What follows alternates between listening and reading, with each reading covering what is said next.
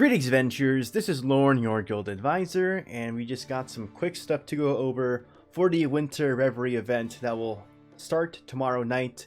We got a lot of information from the live stream as well as some skill translations, courtesy of GilRiot6212 from Discord. So let's go ahead and get started. And here are the skill translations, starting with Chigusa. For some reason, in the live stream, they didn't have them. They didn't have the functionality to hero ascend them, so these are the stats if they were just at +5, and we'll know their hero ascension stats tomorrow night when the event actually launches and we can get the characters. But for now, here's Chigusa looking very cute. She's a physical attacker, as you can tell by the 1578 attack without any hero ascensions. Her special art is an AoE ultra water physical attack, and it will increase in damage by 25% for each agility and dexterity buff on her. So that means it could be an adventurer buff and an assist buff, and there's a total of 4 altogether if you count both agility and dexterity. So a 100% damage bonus in total if you're able to get all those buffs, and it's also an ultra on guard rate. Now it's a rather good skill only for AoE situations like Familiar Rush for those AoE battles. Other than that, it's really hard to see you get this skill up properly in something like War Game, because a lot of the times in War Games it doesn't last until like the first special arts, and even then it's a lot of setup to get all those buffs when it's much easier to do something else, use someone else's special arts. But as for her combat skills, her first skill is a fast increase to her special arts gauge charge gain by 100%, so whenever Chigusa does an action, it will fill up that bar quite a bit, and it will also increase her agility and dexterity by 75% for 5 turns. And keep in mind, this just applies to her, she's not buffing anyone else but herself. For her second skill, it's an AoE super water physical attack with an ultra uncounter rate and a temporary strength boost, and it will also remove any status debuffs that are on herself. So again, Chigusa is pretty much a character that's focused on her own buffs and debuffs. And then for her third skill, it's a single target super water physical attack, and it will increase in damage by 25% for each dexterity buff. Notice that this time it does not count agility buffs towards that bonus, so it's only a total of a 50% bonus for that attack. Now as for her character, it's very strange. All her skills, like she's decent, but nothing quite like sticks out to me, at least, to where it's like a must-have character. Like her first skill is not even an attack, and it just increases agility and dexterity, and that matches with the effects on her special arts and her last skill, but it's not as effective as like a strength and water attack damage bonus like you would see on Kitty, the idle unit, where she can increase her own strength and light attack damage. So very strange. I don't think she'll do as much damage as an Kitty, but she will do decent damage if she do get her buffs in line for a large single target attack. And it'll work especially well on things weak to water, of course. And as for passives, when she counters, she'll actually heal 50% of the damage she deals as part of that counter. She has a passive 40% ailment resistance, and she has the Worm Killer passive, so it looks like we'll be facing some worm-type enemies for a possible upcoming Familia event, and she'll be especially effective during that. And for our second adventure, we have Haruhime, who looks lovely in her Christmas attire. She'll be a balanced character with a rather high magic stat at 1323, without any hero ascensions by the looks of it, and she has a very high agility of 1085. Her character itself is very similar to her original form, her original character debut in DanMemo. But as for her special arts, it's an ally ultra HP heal, and it removes status debuffs, and it will also remove any status buffs from your foes, excluding assist skills. So it will take off any debuffs from your own characters, any buffs from your opponent. So it's a very interesting special arts. I'm not sure when you would want to use that instead of the other Haruhime, because the other Haruhime does an ultra HP heal, and then it also persists throughout 2 more turns after that turn, and also increases your magic and strength by 100%. So I'm not too sure when exactly you want to be using this Haruhime special arts instead of the other one, because the other one is pretty much a must-have in pretty much any PvE environment, like Familiar Rush, like Record Buster. But moving on to her combat skills, her first skill is an AoE fast super water magic attack with an ultra uncounter rate, and it will also increase the magic resistance and physical resistance of your allies by 35% for 3 turns. So it can do a decent amount of damage, and it will also increase your defenses, so pretty versatile in that skill. As for her second skill, it is a 10% MP heal to your allies, and will also buff their strength, magic, and water attack damage by 20% for 4 turns. So that's also kind of decent. Like it'll help if your allies, if your characters don't exactly have the best limit breaks and hero ascensions, and you're running out of MP in battles like Record Buster. But the actual like damage buffs themselves to strength, magic, and water attack damage is pretty low at 20%. And for her third skill, it's almost like a reverse of the original Haruhime skill. It's a ally 30% HP heal, and instead of increasing your allies' buff durations and your enemies' debuff durations, instead it will decrease the status debuffs on your allies and decrease the status buffs on your opponents by 2 turns. So it's the reverse. So this really depends on whether or not your opponents will be debuffing you and buffing themselves, whereas the other Haruhime depends on whether or not you're buffing yourself and debuffing your opponent. And in that case, the other Haruhime is much more desirable, because you can control what you do, but you can't control what your opponent does. But of course, that will just depend on whatever encounter you're doing. One thing I'm interested in is the possibility of using both Haruhimes at the same time. That'll be interesting to see if anyone tries to do that, because they do both have the counter heal passive, as you can see right there. And this one also has a innate bonus 15% physical resistance and magic resistance. So in my opinion, just based on the skill translations we have so far, this Haruhime doesn't quite live up to the original one. If you have the original one, it's hard to say to roll for this one unless you're going to try and want to use both of them at the same time. Like I said, that'll be very interesting to see if anyone tries to do that. And we have 2 more assist characters to go over, as well as the event Hestia assist. As for the first one, it's Taka Mikazuchi. He's finally getting a 4-star character, thank God for the War God. And he has a very high strength of 603 and max limit break. And his agility, this is something to note, is 418 and max limit break. And for his assist skill at +5, it's a self, so remember, this will only apply to the equipped character itself. It will increase their strength, endurance, agility, and dexterity by 20%, and also their ailment resistance by 100%. So whoever he's equipped to will probably not be inflicted with any ailments like stun or sleep or seal. But he's a very interesting character. The one thing that's like eye-catching is the agility, because agility is something that has a large role in war games right now, because usually the people that get their attacks in first, who can attack first, usually win a war game. The one thing that's unfortunate with Take is that he doesn't have as much agility as outside Rario Eyes. So if your opponents were to have a +5 outside Rario Eyes, they will win that speed advantage, even if you had a +5 Take, if we're talking about both Take and Eyes being equipped to similar characters with similar armor and stats, with Take and Eyes being the differing thing among those 2 characters. But to anyone else who doesn't even have an outside Rario Eyes, Take is very good to stick on a character you want to go first. And even then, they'll get a boon with the strength bonus of 20% and endurance bonus of 20%. And even the dexterity helps with other things like counter rates and penetration rates. It helps with that as well. So Take is pretty decent. And then we have... Oh, I was really hoping Ryu would be an adventure, but she is an assist for this. And even then, it's not too surprising, because Eyes is the strongest female adventurer at level 6.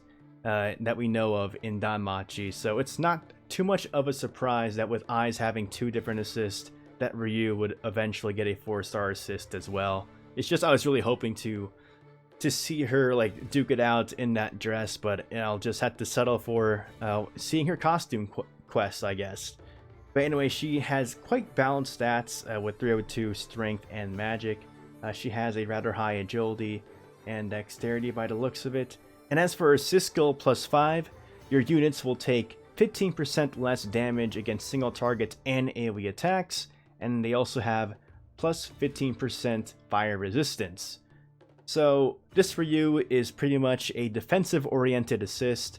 It's going to be pretty useful for countering something like Sacred Fire Hestia, who decreases your unit's AoE resistance. They'll take more damage against AoE attacks, and this pretty much counteracts that with her own 15%. And if your opponent is happening to be using like fire characters, Argo and Krozo are very popular fire characters in wargames right now, as well as the Fire Magic pair, Philvis and Lafia from the current Idol event. So they're very popular characters, and Ryu will be able to counter them pretty well. But keep in mind that's very dependent on the fact that your opponent is using fire characters, but even then the AoE and single target resistance is very useful if you're making a defensive oriented team. I just wish she was an adventurer. And as for the free Hestia, she also has some rather balanced stats like even attack and magic attack at 378, HP at 1100. And as for her assist skill +5, it'll increase the water and earth attack damage of your allies by 10% and reduce the guard rate and counter rate of your enemies by 8%. So a pretty good budget assist here that'll be very helpful for any earth and water teams you might be using. Now with all those skill translations, keep in mind that there might be some minor things here and there that might be different when it's officially released. This is just directly translated from the Japanese, so there might be some error in translation. And let's go into the Winter Veil campaign, a lot of the other stuff announced with the Winter event. Now if you're used to past events, you're probably familiar with the medal boxes where you're just able to spend medals and get a variety of items like Falna, like crafting materials, and even hero Falna. This is just giving us a idea of what kind of stuff we can expect. On the 15th round of the box gacha, this time we'll be getting a 4-star single ticket. I don't believe that's towards an event character. It's just a standard 4-star ticket that you can use to get a character from the general pool. And then after that 15th round, instead of getting the normal hero Falna, you'll be able to get special CP items, which is that gift box you see right there, and you'll be able to give that to a character to increase your CP by 1000. So if your CP levels are rather low, you're trying to work on them to get those passive stat bonuses that are very helpful to get the edge on your opponents in war games or just give you an edge in PvE content. Keep that in mind and farm to your heart's content. We're also getting the Lotto Horario back. There'll be many ways to get different Lotto tickets. Just keep an eye on your missions tab in the guild menu. And here you can see the layout of the prizes themselves.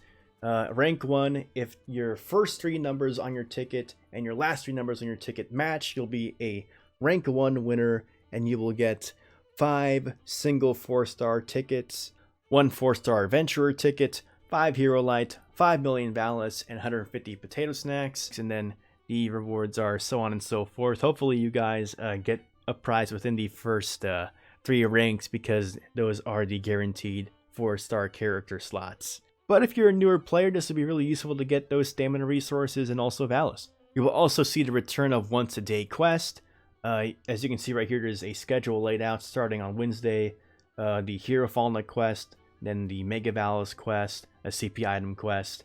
So just make sure you're doing these quests every day when they pop up, because they do give a good amount of resources and they are especially useful for newer players. Next up, we have the Winter Reverie paid bundles. There's a mega bundle, a regular bundle, and a ticket. These will all cost paid iris, so you have to pay real money to get these bundles. We'll just go over them really quick. This is the ticket one, which is just a 11 draw ticket. And you can purchase it for 100 paid iris. And then we have the standard Winter Reverie bundle.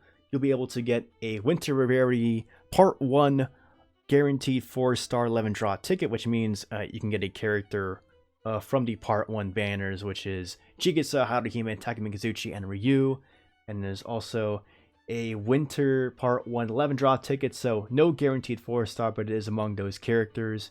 A 4-star guaranteed ticket, which is from the general pool, 10 Ascension Falna, and Denibachi Falna, and Exilia books. This will cost 600 paid iris, and you can actually buy 2 of these.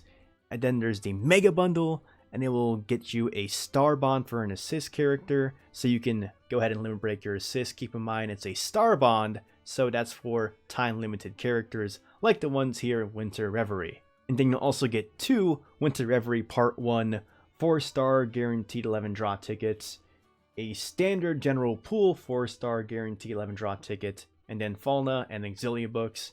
You can only buy one of these bundles and they cost a whopping 1,000 paid iris. So lots of options for you guys that like spending money. And speaking of spending money, there is a limited time daily 100 iris special. I'm not sure if that means that you'll be able to buy this every day. We'll just have to see what happens when the update comes. And then here is a Holy Flame Fiesta Gotcha paid banner. We're having a lot of paid options here. They really want to nickel and dime us right now. And the way this is laid out is somewhat confusing. Like, I think I know how it works. Like, the first draw is just for like one actual draw, like one character or one adventure or one assist. That costs 10 paid iris. That will just get you a 3-star character at the least. And then the second attempt you do will get you 3 draws, and that costs 60 paid iris, and those are also guaranteed to at least be 3 stars. And then your third attempt will cost 180 paid iris. You will draw 6 times, and that will guarantee at least 1 4-star character. And you can do this once a day, and I don't recommend it. And because this is a time-limited event, we'll be getting heroic trials for the characters themselves. And usually what happens with these heroic trials is that we get an opportunity to get a bond for any of the characters in the event itself. This graphic just shows Chigusa and Haruhime, so it's a question whether or not we're getting the opportunity to pick one of the 4 bonds from this one heroic trial, which is Chigusa, Haruhime, Take, or Ryu, or if we're just getting a Chigusa and Haruhime one this week, and then next week or possibly 2 weeks down the line we'll be getting another heroic trial for Ryu and Take. But we should be able to get a bond for any one of the characters that are new for this event in some way or fashion. It's just a matter of if we're getting 2 separate heroic trials for all these characters, because this is a 2-part event. And we also have a preview for the login campaign itself. This is about 3 weeks long, and you can see right here, the very end, you'll be getting a 11 draw ticket. So it just guarantees a 3-star character at the least, but you could be lucky. But for newer players, that's a lot of materials right there, like lots of stamina potatoes, a lot of iris, a good amount of hero, fauna, and ballast. So very good if you are a newer player to the game, because that's a lot of resources that'll be useful for you. And we're also getting a Ravis Record Buster starting tomorrow night as of this recording, which would be November 20th, 2019. So look forward to beating up Ravis. And then just to go over the upcoming schedule, this is all times in Japanese Standard Time, and I don't know why they don't just convert it themselves, because this is for the English DanMemo community, but I will do it myself. On November 20th is the start of the event, Holy Tale Winter Reverie Part 1, the Winter Veil campaign. Reverie Part 1 bundles will be live, as well as Heroic Trials Part 1. And then you'll be able to start collecting the Lotto tickets, so keep a lookout for that in the Guild Missions tab. It'll be the start of the once-a-day Hero Fall Night quest, as well as other quests happening every day after that, and then the Ravis Record Buster. And then on the 21st will be the start of the login campaign, and then on the 28th is Black Friday, so you'll be able to get that 100 paid iris Black Friday special. And then on the 29th is the start of the Holy Flame Fiesta Gotcha, and remember, that's also paid iris. So lots of stuff to look forward to, starting with tomorrow's update, the launch of the Winter Christmas event. And I'm especially looking forward to the actual story itself, because it's written by the author of the DanMachi series, Fujino Omori Sensei. And last year's Christmas event was also written by him, and I really enjoyed it. It's probably still one of my favorite DanMemo events, alongside Argonaut, which happened for the Japanese 2nd anniversary of the game. But anytime Omori Sensei gets to pen the scenario himself, I really enjoy the narrative in it. And as I said earlier, I am planning on streaming, just going through the event story itself. So if you guys want to see that, go ahead and check out my stream. I'm deciding on whether or not to just do it the day of tomorrow night, or if I should wait till Friday, because I know other people do streams the same day this stuff launches as well. Just leave a comment below and tell me if you'd like to see me stream this tomorrow night, or if I should wait for a day like Friday, but I really like just doing it tomorrow nights because everyone else is probably going to be wanting to go through the event at the same time as well. So just let me know. But anyway, thank you so much for watching this video. I hope I kept you informed. I hope you're excited for the event itself and get some good rolls tomorrow night. And if you want to see more DanMemo content, please subscribe to my channel, follow me on Twitter, and join my Discord. And as always, continue enjoying your time adventuring in Aurario and the dungeon. This is Lorne, your guild advisor, signing out.